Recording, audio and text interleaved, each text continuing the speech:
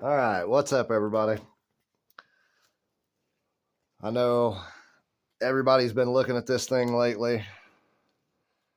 That's what it is. For those who don't know and haven't seen it, I don't know how the hell you couldn't, but it's pretty much the only thing that's been talked about recently. So, I'm sure everybody's curious. Is it worth the money? Well, in my opinion, it's definitely worth the money. You get a lot for what you're spending your money on. When you take into consideration you're spending 50, 60 bucks on a 1x30, they're not bad. They'll do the job, but they're shit for knife making. Plain and simple. We all know it. But they're a good start. I've made a lot of knives over the last 4 or 5 years with one, and it's done me well. And surprisingly, it's lasted 4 or 5 years. But this is what we're looking at tonight. This is the Grizzly 2x42. 3/4 horsepower motor. I know the first thing everybody's going to say, it ain't got enough fucking power. Well, you need to stop running your fucking machine so hard. This thing has plenty of power. I have not been able to bog it down. It's got a lot of torque. The speed control works great.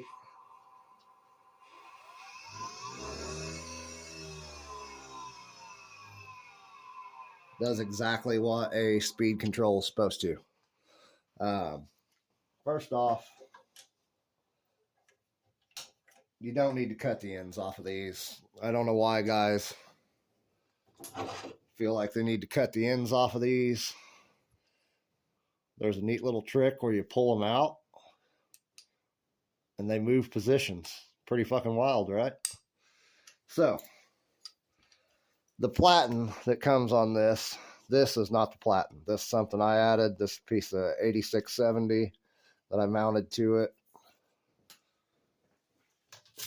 What it comes with is just this plate with this fucking sticker on it. It's a fucking graphite sticker. And if anybody knows, graphite's fucking soft. So after about 3 seconds of grinding on this, you've got indentions in it. And anybody who makes knives knows that's going to leave you chasing a fucking finish somewhere. You're going to be chasing problems that you can't get rid of. So take that off, throw it in the fucking trash.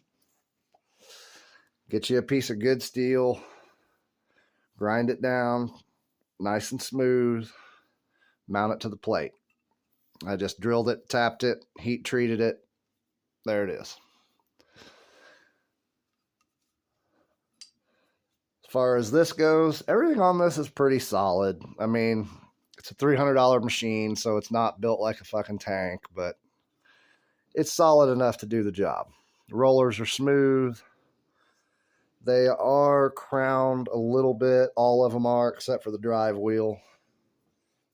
No big deal there. Easy to set up. Second thing, the work rest that comes with this. Obviously, I've added a big piece of plate steel. Yeah, it's got some divots and shit in it, some spots, but it's not a big deal, really. Does the job. I just took and welded a piece of plate to the original tool rest, which you can see was tiny as shit. Don't make fun of my welds. They're just quick tacks with an old Harbor Freight welder. They look like shit, but I didn't want it to be permanent. We're gonna build a better system here because these are just really chintzy. You got to torque the shit out of them to get them to stay tight and stay in place, and that's definitely not going to last very long. But until I can make it up to the steel yard to buy some steel, this is what we got. That's been working just fine. Super easy to set up. No issues whatsoever. It does rotate over nice and easy. Very handy. But I would say these two things are modifications you're going to have to make. If you're any bit serious about making knives, these two things are going to have to be changed right away. It's just what it is. It's a $300 machine. It's pretty simple to change them over. I mean, if you don't have a tap and die, go to Harbor Freight, 10 or 15, 20 bucks. It's pretty simple. It's not hard to do. If you ain't got a welder, find a buddy that's got a welder. You're going to need that in your life.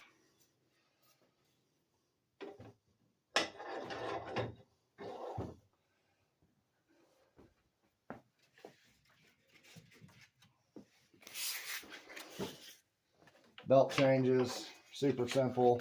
Obviously, you guys can see I've taken off pretty much every safety cover that came with it except this one, because it's really not in the way.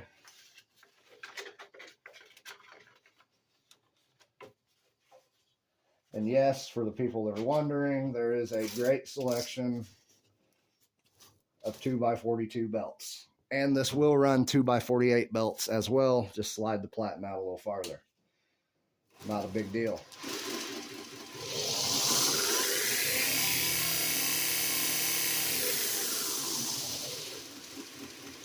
As you can see, it moves fast. It's got a lot of power. It's got a lot of speed. It's definitely a huge improvement over a 1x30. No question about it. No, it's not going to replace your 2x72, but that's not what it's meant to be. It's meant to be an entry-level grinder, and that's what it is. As far as additional attachments for this, nobody makes any yet. And the ones they do make probably aren't going to be that great, so take it upon yourself. Use your imagination.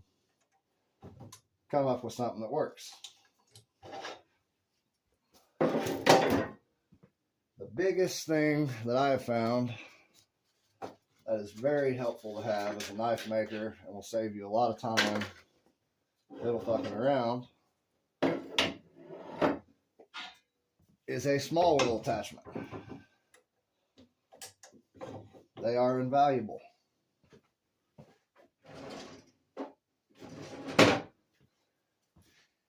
And being how this machine's made, it was actually really simple to add one on.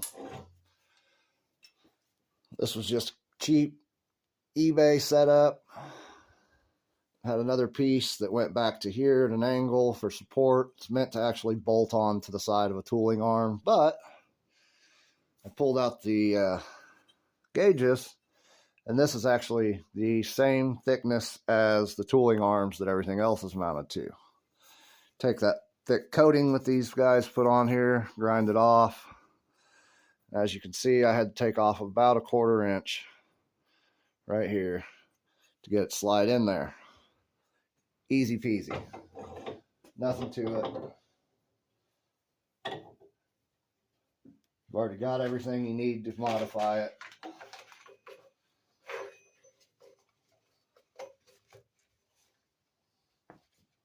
Pop it on there. Get some tension on it. Good to go.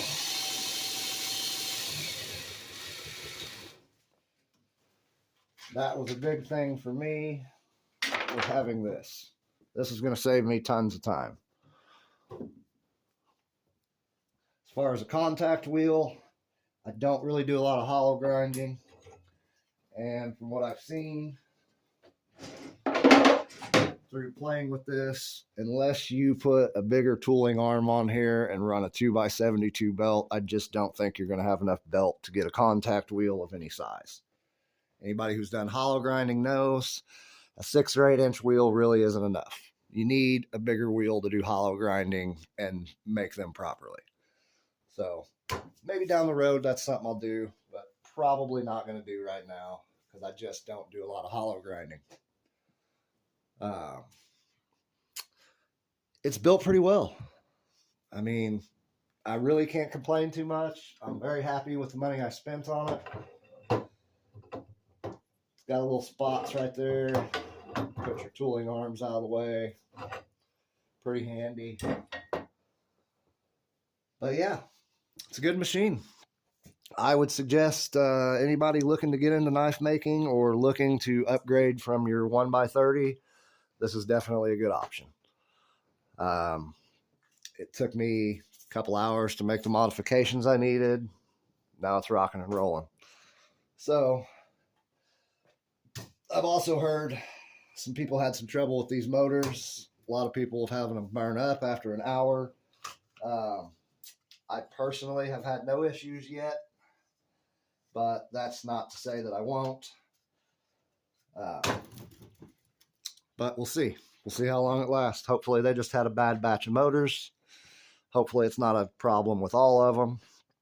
But if it is, we'll have them replace it. And, you know, obviously they didn't build this motor specifically for this machine. They outsourced this somewhere. So you can get other motors for it. I don't know what the bolt pattern is or the face mount pattern on this, but I'm sure it won't take long for somebody to figure it out. Now, one thing I did notice is that this shaft is not held on there normal, like a 2x72 where you have a set screw from the side onto the shaft. This actually has a keyed shaft with an Allen head that goes in it. Again, I'm sure that's something that can be modified. You can probably pull a wheel from a 2x72 kit, different motor, put on here, probably solve the problems. Yeah, that's probably more than what most people are going to do to one of these, but who knows? I bought it. I'm going to keep it running with whatever I got to do. We'll just see how it goes. If there's anything that I did not mention, message me and I will try to answer what questions I can about it. One thing I have noticed, this hinge on here, it does have a little bit of play in it. It's not the greatest. This is a little chintzy, but I haven't had any issues with it yet. I don't use the wing nut. Once it's got some belt pressure on it, this really doesn't move around. Your tracking really doesn't change. But that hinge is a little chintzy. We'll see how long it lasts. It's kind of the name of the game with this thing. Brand new, and we're all kind of guinea pigs on it. So we'll see what happens. But so far, pretty thrilled with it. It's definitely got plenty of power to do the job of a knife maker. Unless you're really forging out some big thick blades and you're trying to hog off a ton and really laying into it, I don't see it not having enough power. Obviously it's not a 2 horsepower 2x72, but not everybody can afford that. Not everybody has the space for that. Not everybody can sneak that much money out of the bank account without their wife leaving them. So there you go. Grizzly 2x42. I think it's worth the money.